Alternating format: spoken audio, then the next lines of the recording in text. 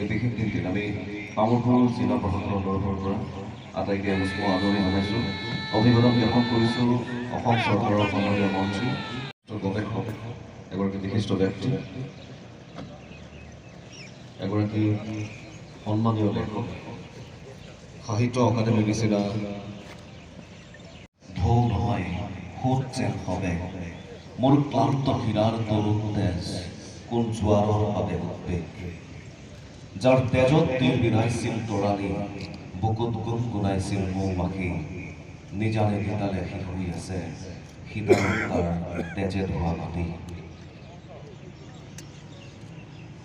ভাৰতৰ অখণ্ডতা স্বাধীনতাৰ বাবে প্ৰাণ আহুতি দিয়া সমূহ শ্বহীদ আৰু বৰেণ্য লোকসকললৈ শ্ৰদ্ধা জ্ঞাপন কৰা হৈছে। আমি অংশগ্ৰহণকাৰী পদটিকে অতি আন্তৰিকতাৰে সেইসকল বীৰ শ্বহীদলৈ, সেইসকল অমৰ জোৱানলৈ শ্ৰদ্ধা জ্ঞাপন কৰিবলৈ অনুৰোধ জনাইছোঁ। দেশ বুলি ক'লে আদেশ নেলাগে, মোৰ তুমৰলি তেজত তক বগাই উঠে এহেজাৰ একাৰো মাঘৰা, মোৰ শব্দৰ শোভাযাত্ৰা হওক ক্ৰূৰ কুটিল ৰাতিৰ প্ৰহৰী হওক, তীৰ বিৰাই থাকক বিক্ষোভৰ চকা চোৱাল, তলবল শব্দৰ উচ্চকিত তেজৰ প্ৰবাহে প্ৰবাহে মোৰ কামিজত ফুটি উঠে কাতৰতা, ক্ষীণ হয় ঘনিষ্ঠ উশাহ, গভীৰত বৰ অস্বস্তি বৰ অস্থিৰতা, সতৰ্ক প্ৰহৰী বতাহ, হঠাৎ কৌতুহলী হৈ উঠে পানীত যিদৰে নচুৱাই মাছ, মোৰ চৌকাষে উদ্যত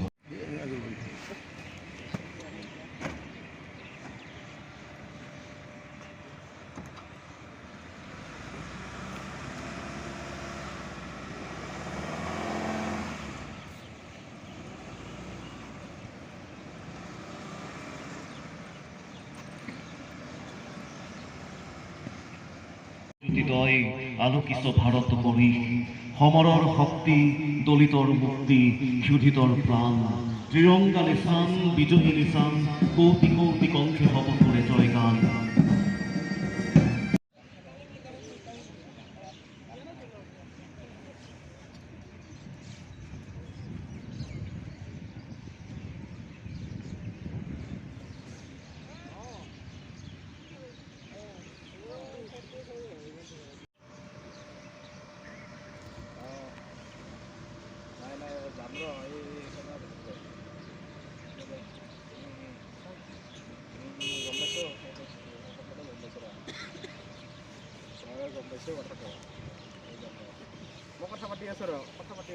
সূৰ্যৰ দৰে দীপ্তিমান আত্মশক্তিমান ও মোৰ ভাৰতৰ বিজয়ী নিশান, অভ্ৰভেদী মোৰ নীল আকাশত মোৰ সবাৰে ওপৰে মোৰ ও মোৰ তিনি বৰলীয়া। परेड समारोह आपका निरीक्षण के लिए हाजिर है।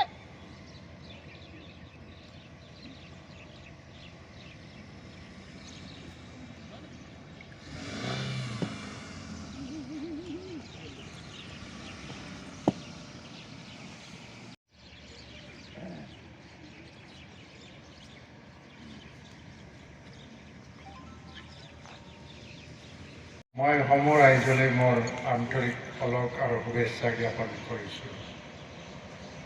এই ঐতিহাসিক দিনটো উদযাপনৰ মুহূৰ্তত জাতিৰ পিতা মহাত্মা গান্ধীৰ লগতে স্বাধীনতা সংগ্ৰামত অংশগ্ৰহণ কৰা জ্ঞাত অজ্ঞাত সকলো স্বাধীনতা যুঁজাৰুলৈ মোৰ ভক্তিপূৰ্ণ প্ৰণিপাত জনাইছোঁ।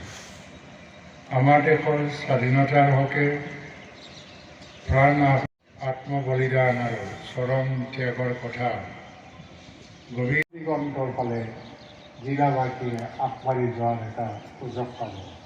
মই নিজকে গৌৰৱ অনুভৱ কৰোঁ যে নতুন জিলাৰ প্ৰথম গণৰাজ্য দিৱসৰ দিনা পতাকা উত্তোলনৰ